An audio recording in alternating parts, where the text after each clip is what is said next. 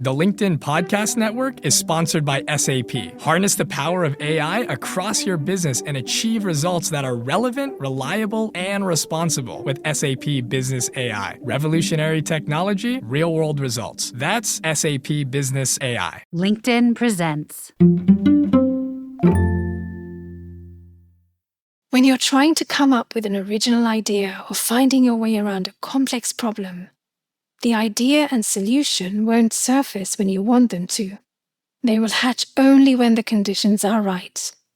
You create the right conditions by putting your mind in an optimal state for the specific work it is doing. While you work, your mind changes its configuration and drifts across different mental states. It might race ahead, or gently daydream, or focus hard. Each mental state is perfect for a specific kind of mental work.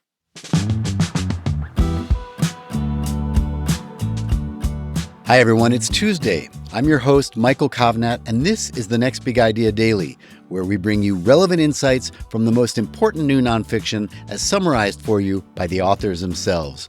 We're here to make you smarter in the time it takes you to enjoy your morning coffee. And speaking of coffee, do you use it in the mornings to try to nudge your brain into work mode? I know I do. And look, caffeine is great, but it's a pretty blunt tool and not without its side effects. In this day and age, don't we deserve smarter methods for sharpening our focus? Well, we've got some for you by way of Mithu Storoni, author of the new book, Hyper Efficient: Optimize Your Brain to Transform the Way You Work. Mithu is a physician, surgeon, and neuroscience researcher who advises corporations on mental performance and stress management. Here she is to share the big ideas from her book. Efficiency needs a new identity in the AI age. Working efficiently used to mean making more products for every hour that you work.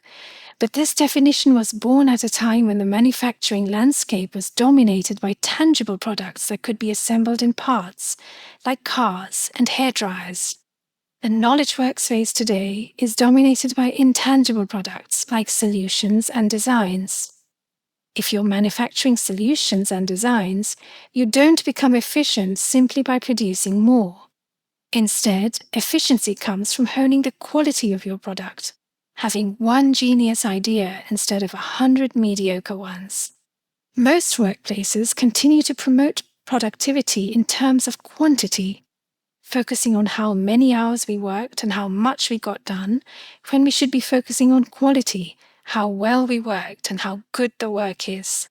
Efficiency should be defined by the brilliance of ideas instead of their number, and by the ingenuity of solutions, not the time spent working on them. It's time for a new approach to efficiency in this AI-assisted phase of the knowledge age. The concept of mental gears. When you're trying to come up with an original idea or finding your way around a complex problem, the idea and solution won't surface when you want them to. They will hatch only when the conditions are right. You create the right conditions by putting your mind in an optimal state for the specific work it is doing. While you work, your mind changes its configuration and drifts across different mental states. It might race ahead, or gently daydream, or focus hard. Each mental state is perfect for a specific kind of mental work. For example, a slow, wandering state of mind invites creative breakthroughs, and unwavering focus helps you read a complex report. One way to picture this is to think of your brain as a car and your work terrain as the terrain it's driving on. Your mental states are like the car's gears. You change your gear to suit your terrain, and your mind performs best if it's in the right gear for what it must do. If there is a mismatch between the state of your mind and your work, it will feel more difficult to do. Think of just how hard it is to daydream while you sprint. Changing your mental gear.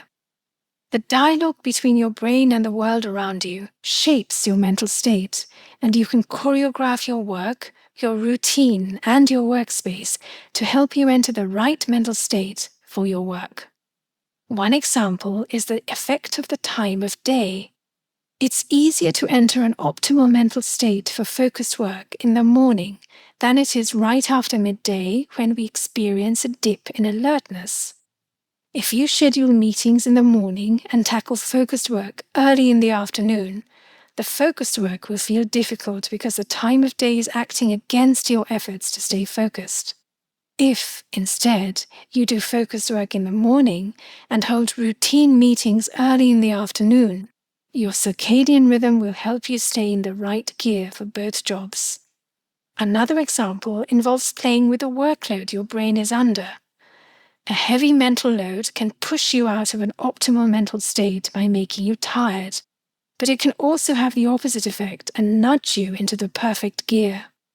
If you're struggling to concentrate and keep drifting away, making your mental workload heavier, for instance by multitasking or by forcing yourself to work to a deadline, will actually help you focus. But if you happen to be lost in deep, creative thought and are about to stumble upon an aha moment of insight, the reminder of a deadline and a sudden increase in mental workload will snap you out of that optimal state. Working in rhythms. Fatigue pushes your mind out of an optimal mental state, and it sets in faster the more intensely you work.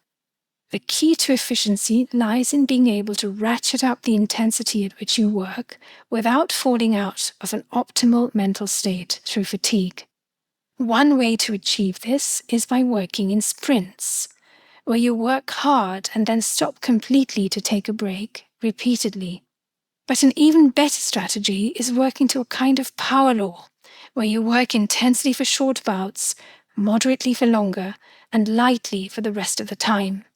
This gives your mind ample opportunity to recuperate without stopping work completely and keeps you in an optimal mental state for longer. Most knowledge workspaces today impose a routine that is reminiscent of the assembly line era of continuous, uniform work. But as knowledge work becomes increasingly complex and mental load continues to rise, a power law way of working is a far better strategy for optimal mental productivity. Sustainable drive. It is easier to get into the right state of mind and produce your best work if you feel happy and motivated. But as AI redraws the work landscape, the rewards that workplaces have traditionally used to keep workers happy, such as progress up a career ladder and long-term financial incentives, are slowly disappearing. Instead, we are left with the prospect of having to constantly learn new skills and solve unfamiliar problems without a clear goal in sight, or risk losing our jobs. This new work terrain needs a new, different kind of drive. Here, our drive must come from the process of what we're doing and not its outcome, because its outcome may not always be guaranteed. A new language model that you've struggled to learn for weeks can become obsolete as soon as you master it, or a problem you've taken months to solve can suddenly disappear when new technology enters the scene and brings with it another much larger problem. One way to ignite an authentic and powerful inner drive tied to the process of what you're doing is by incrementally assimilating a skill or knowledge as fast as possible, a process termed learning progress. Infants use this mechanism to fuel their drive to learn about the world, and it works so well that researchers are even using it to motivate artificial agents. You can use the learning progress mechanism to sustain your motivation and stay in the right mental gear through uncertainty, change, and challenge. Mental efficiency ultimately comes from working in harmony with your brain's own rhythms. The best thoughts, ideas, and solutions can never be coaxed out. They spontaneously appear only when the conditions are right. Mental efficiency happens when you create those right conditions. Thank you, Mithu. Okay, listeners, if you got something out of this episode and you want to see more of what we have to offer, sign up for one of our newsletters using the links in the episode notes, or go to nextbigideaclub.com to find out about our curated box subscription service. We'll send you the best new nonfiction books as selected by our curators Malcolm Gladwell, Adam Grant, Susan Cain, and Daniel Pink. That's nextbigideaclub.com and use the code DAILY for a special discount. I'm Michael Kovnat. See you tomorrow.